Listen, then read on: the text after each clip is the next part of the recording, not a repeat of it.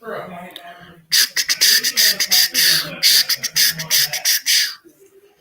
right, let me check audio. Sorry for people being loud in the background. I am not home. I'm at a buddy's house for a little thing, and they were very kind enough to let me do this program. Oh, excuse me, heavens! Let some people pile in here. What a football game! This program. Holy cow! How are we all doing this evening? Where are the Alabama fans who were crapping off me when I said Alabama will figure it out when they lost to Texas and when they played USF to like a ridiculously stupid low scoring game? Where are the people?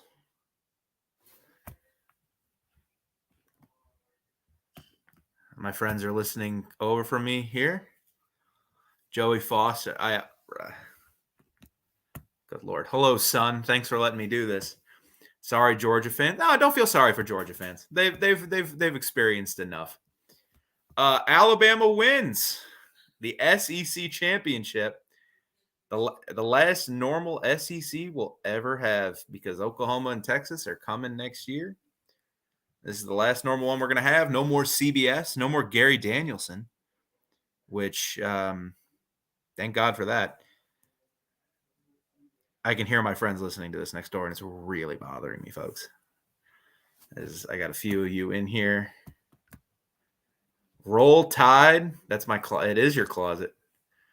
Roll Tide 27-24 over the Georgia Bulldogs, ending Georgia's winning streak. The Crimson Tide are maybe not heading to the playoff. We'll talk about that here as we go along. But this is Alabama Postgame at the Voice of College Football. We are live like we are every freaking week.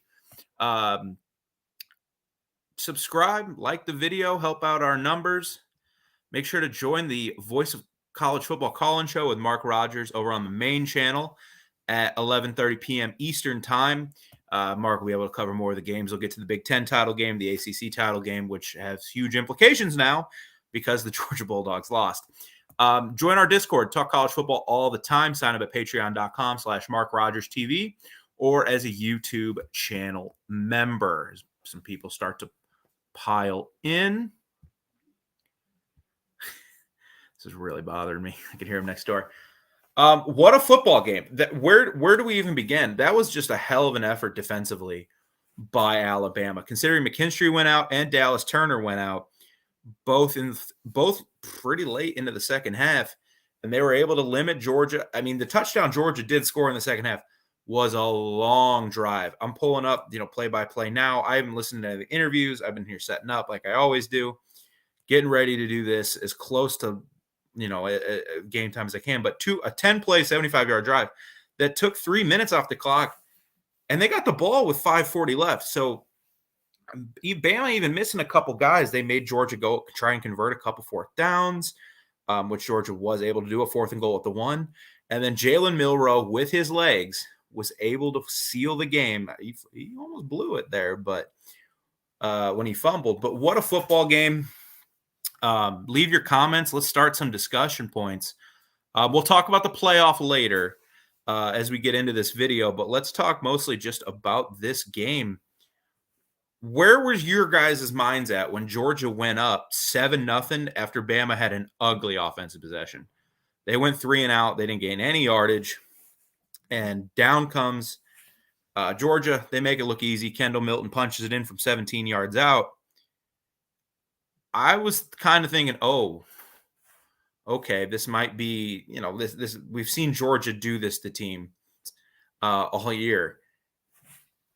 Where's it going to go from here? And then Alabama was able to respond because this is a tough football team. It's not the best Alabama team we've ever seen. It's better than last year's Bama team, and they don't have a first-round number 1 overall pick at quarterback. It's better than last year's Bama team. But the defense was able to play like it has all year. They forced a punt. They came down, scored, got the field goal. And from there, the offense played okay. They didn't put up gaudy numbers, but they did play okay. They forced another punt from Georgia and then a 10-play, 92-yard touchdown drive. And Bama never relinquished the lead after that. Jam Miller able to punch it in 28 yards out. No Jace McClellan really today for Alabama. It was the Roydell Williams and Jam Miller show in the back in the run game.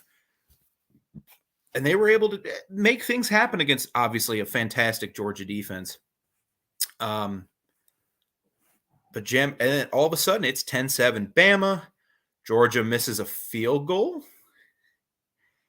And now it's 17-7. A lot of these games, when it's as good as Alabama is, Georgia has just been so dominant for so long now, almost 3 years of just pure Georgia dominance, where even when teams are in games against them, it never feels like they're in the game. Like Missouri was in the game, never felt like they were going to win. Georgia Tech was in the game, never felt like they were going to win.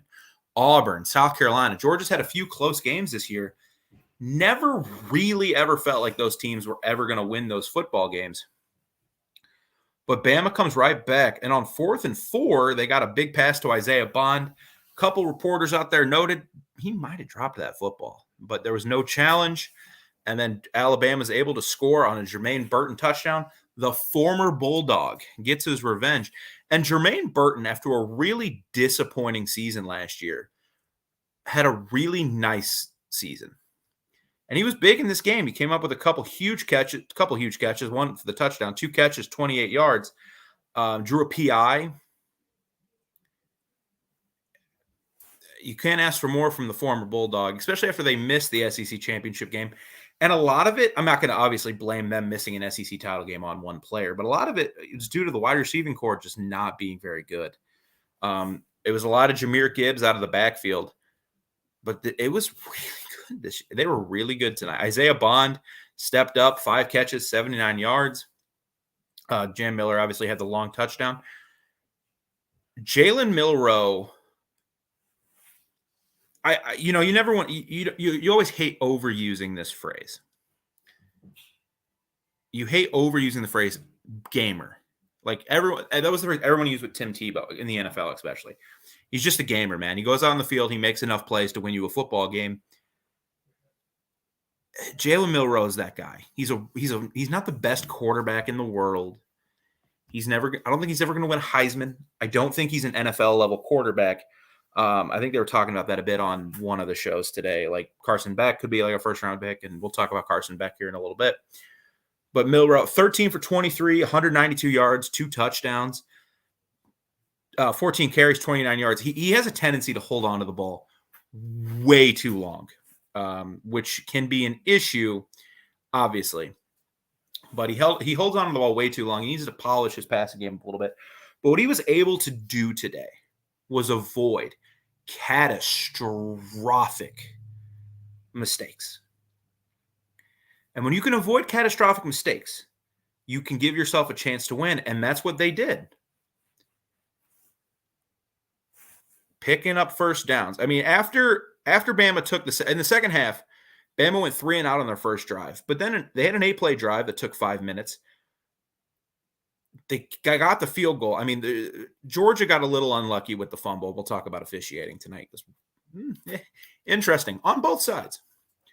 Carson Beck lost the football, and Georgia defense held strong, got a field goal. It felt like if Bama was able to get a touchdown, make it 24-10, Georgia was in real trouble, because this is still at a point I didn't think Georgia was going to lose this game. And then they come right back, 4 plays, 35 yards, touchdown. Bama, pass interference. Lad McConkey got a 15-yard, and then Carson Beck just kind of, I think it was like a tush-push touchdown. And it's 20-17, and a less tough team and a less well-coached team folds. You're facing the number 1 team in the country. Damn near won 30 straight football games. And back comes Alabama. 9 plays, 75 yards. Chews up 5 minutes in the fourth quarter. Couldn't ask for a better start to the drive. Anytime a drive like that happens, where you're trying to pull an upset like this, which is crazy to say about Alabama trying to pull an upset of this caliber. And the first play goes to Isaiah Bond, 21 yards. Roydell Williams then runs for 9. Bond again for 12. Jam Miller with a couple 4-yard runs. Isaiah Bond makes a couple more huge catches. And then Roydell Williams punches it in.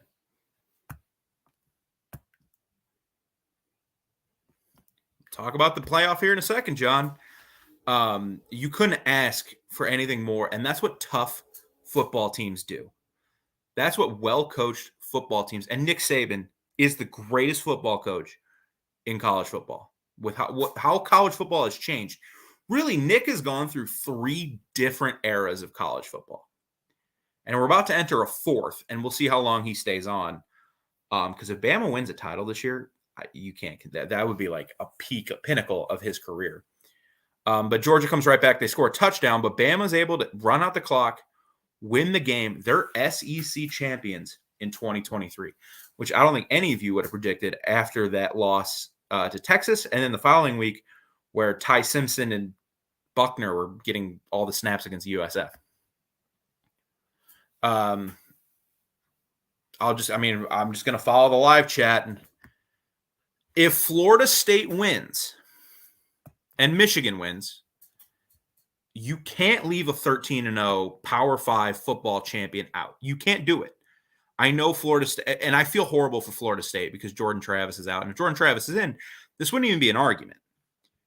Because they did cream LSU in the second half. You cannot leave a 13-0 Florida State team out of the playoff. You can argue it all you want. You can't do it. So if Michigan wins, they're in. Washington, they're already in. Florida State wins, they're in. And Texas, you need to put in over Alabama because Texas beat Alabama in Tuscaloosa. This wasn't like some close, neutral site, you can really argue it. No, they beat them in the fourth quarter, beat them bad in Tuscaloosa. Texas is going in over Alabama. If they don't, then what do we play football games for? If Alabama goes in over Texas, what do we play football games for? There's no point because then it's just a power rating. And I don't even think Alabama's power rated higher than Texas if you look at like SP Plus and all that. So we'll find out. Tomorrow just became really interesting. I'm sure the committee was kind of hoping for chalk. I'm sure the committee was hoping okay, we'll put Georgia in, we'll put Washington in, or Oregon, whoever wins. We'll put Texas in, Florida State loses, and then we can put in and then Michigan. So we can have Michigan, Pac-12 winner, Texas, Georgia. Not in that order, obviously. That's not happening because of a tough Alabama team. This is Nick Saban's greatest coaching job. 2015's up there because they had Jake Coker, but this team was dead in the water. Everyone's talking about, is Nick Saban done? Especially after that, and there was that clip against USF where he's walking off the field because there's that huge rain delay. And he's walking off the field, and he looks super dejected. And they won the SEC championship. They're SEC champions.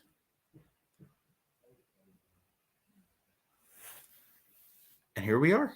Another year, Alabama wins the last normal SEC title game before we add Texas and Oklahoma. How weird would it be if the SEC isn't in the playoff? And it could happen. And if Florida State wins, I know I'm doing an Alabama show. I'm on an SEC channel. It should happen. Because if you can leave out an undefeated Power 5 champion, ridiculous. My MVP of the game, the defense. Just all around. Turner went out. McKinstry went out. And they just played their tails off. You could tell Brock Bowers and Ladd McConkey were a little injured. You could tell, and that's fine.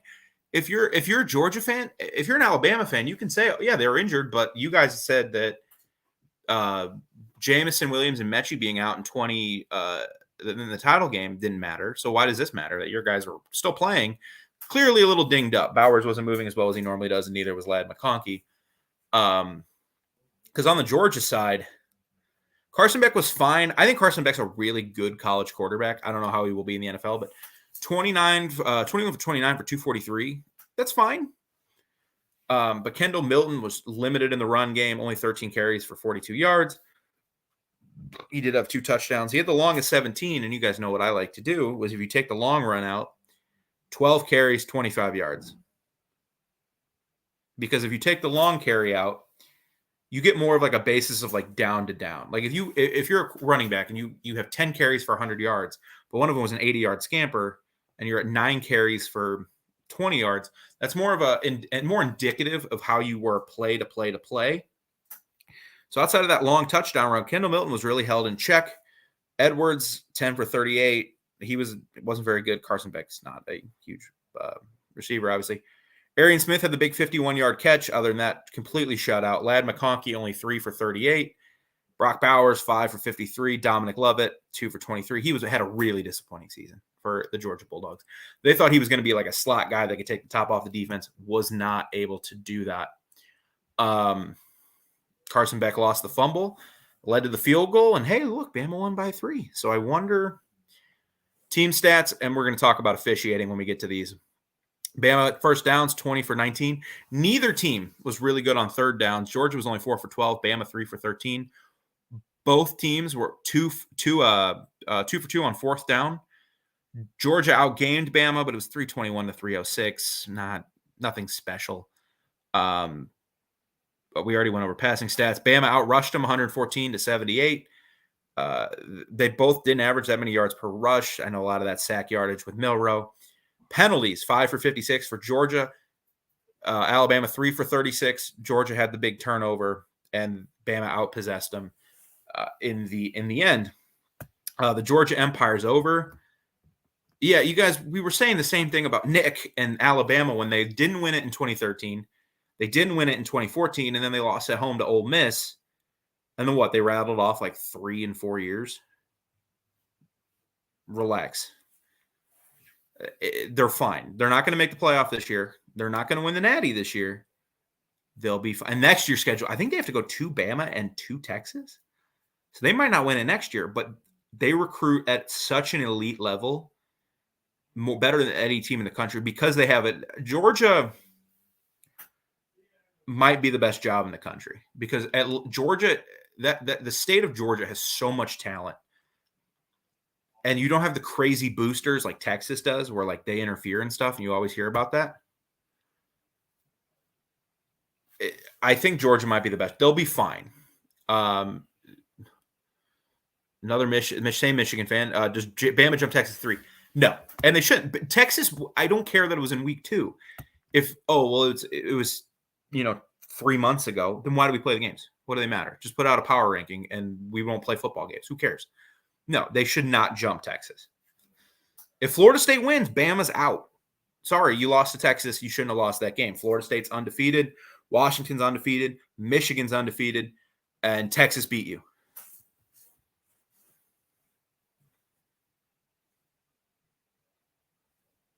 And Florida State's third-string quarterback's playing tonight. So we'll see. But they have a month to prepare. So if Florida State wins, the SEC's out. Now, things you get in, I know we haven't even brought up what if Michigan loses. I'm not too concerned about Michigan losing to Iowa. But going to the officiating, some of the officiating tonight, and Georgia fans have a certain right to be upset with the officiating. There was that phantom horse collar tackle. There were some just not missed calls. There was a couple missed calls on Bama. Like, wild officiating. And I see Georgia fans like, oh, they wanted Bama to win. It's like, are you nuts? I saw the same thing last night where like Oregon fans or Washington fans are like, oh, they want Oregon to win. Are you nuts? Bama's not a sure thing. Georgia's a sure thing. If they win, they're in. They're not like people are just insane with conspiracy theories when it comes to college football. And I love it because I love this stupid sport and how ridiculous people can be. There's no agenda. They want a team in the play. The SEC wants a team in the playoff because they get more TV money. And they might not get it. It's all going to depend on Florida State and Florida. Or Florida State, Louisville, excuse me.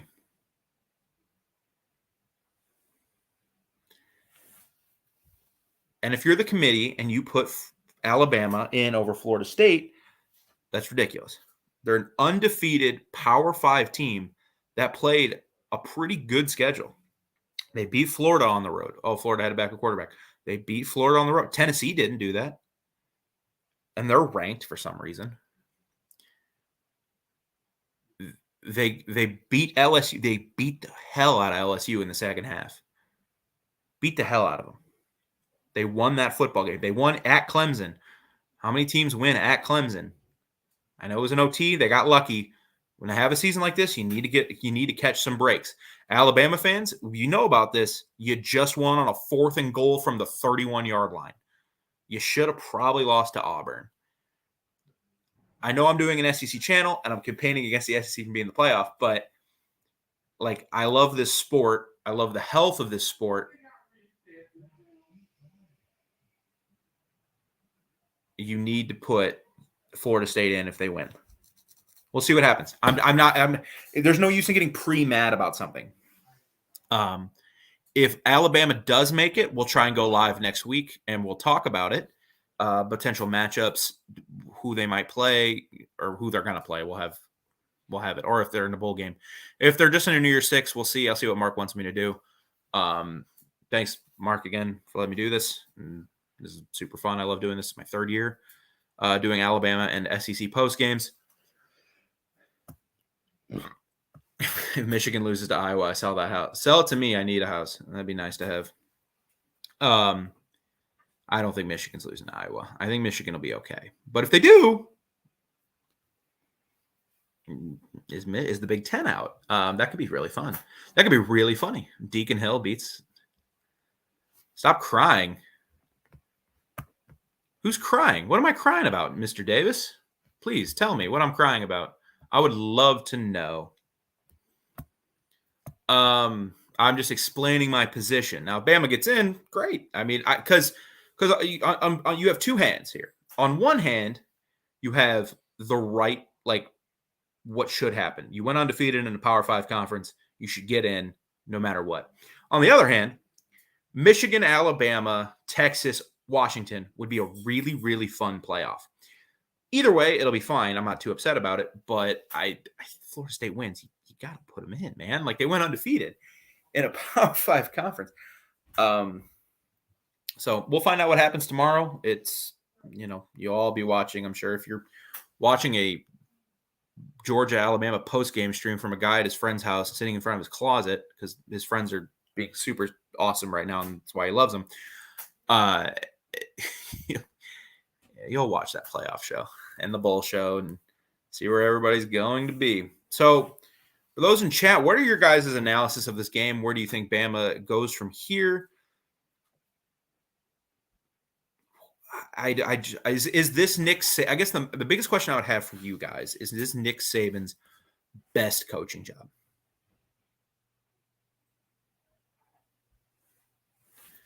Is this his best coaching job? Because this isn't like a great Bama team. Obviously, they lost to Texas at home.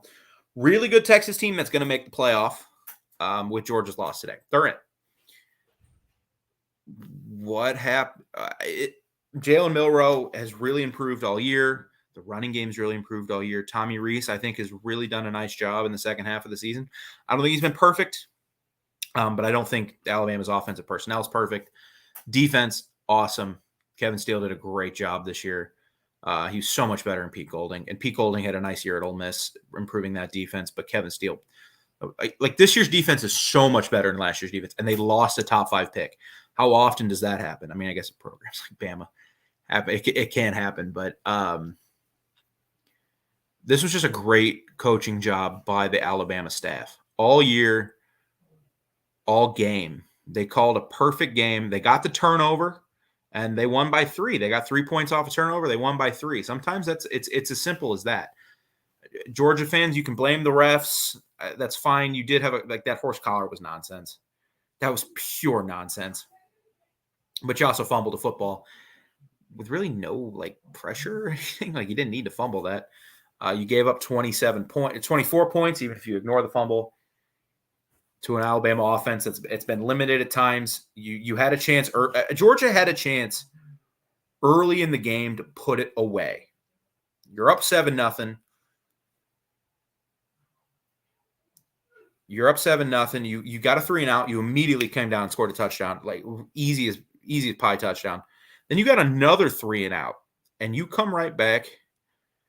Brock Bowers, 3-yard loss, incomplete pass, punt, and Bama gets the field goal, and now they've got some momentum.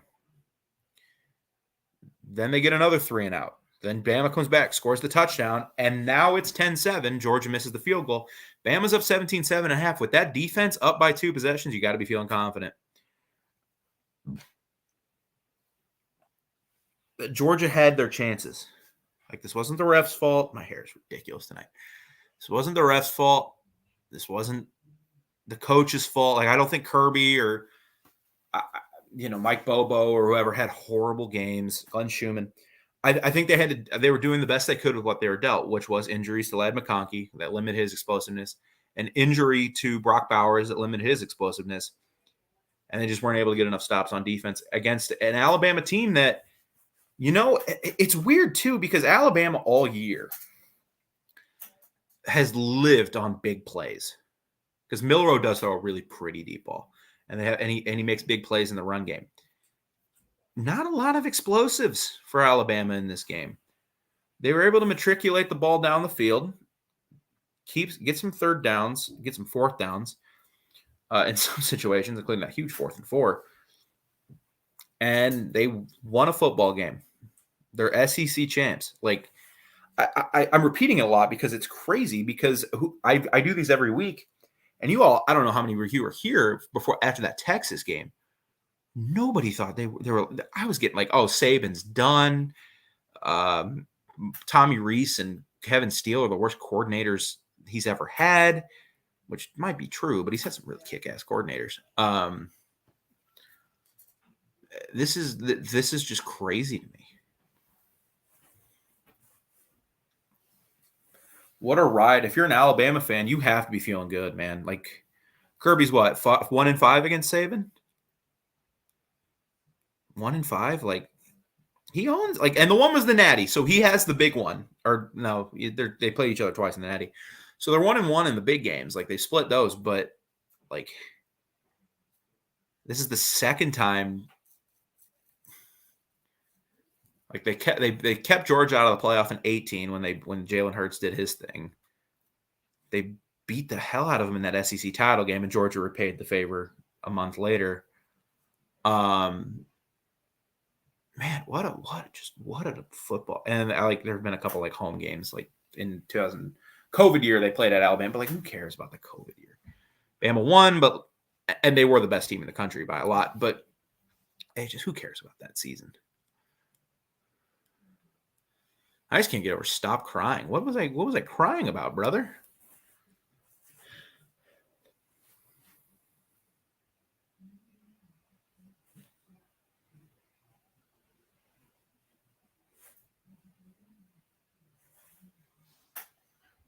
Bama fans, please, let me get your thoughts. Let me get your opinions. If Georgia fans, even if you're in here, just mad at yourself, I understand. Like, this, you lose for the first time since basically 2 calendar years. And you've won 2 natty since. I can understand why you're not used to this. Like, this, it's a weird feeling watching you guys lose. Like I said, Georgia's been in close games with South Carolina. They're in a close game with Auburn. They're in a close game. Mizzou, they were in a close game. It never felt like they were ever going to lose those. And tonight they did lose it. So, no, back to these like comments, like, no way they keep Bama out. And I've argued this with so many people. Name a year Bama made it where they didn't deserve to make it. They didn't make it last year. They didn't deserve it, and they didn't make it. So name a year it happened. Please, I insist, somebody name a year where Bama made it.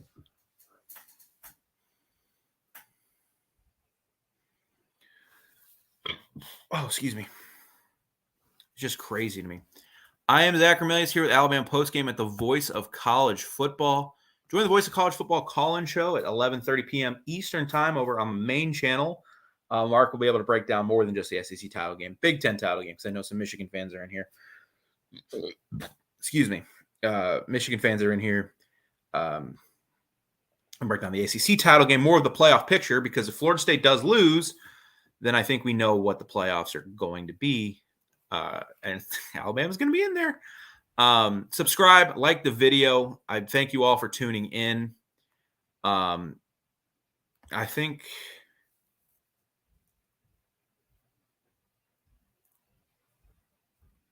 we'll hang it up there. Thank you guys so much for watching. You guys are the best. I can't wait to do this for a bowl game or the playoff. I am Zach Ramelius. You can find me on Twitter at PsychoZ50. Thank you so much, you all, for being here. You have a great night. Alabama fans, congratulations. We'll see what happens tomorrow, man. Like, roll Tide.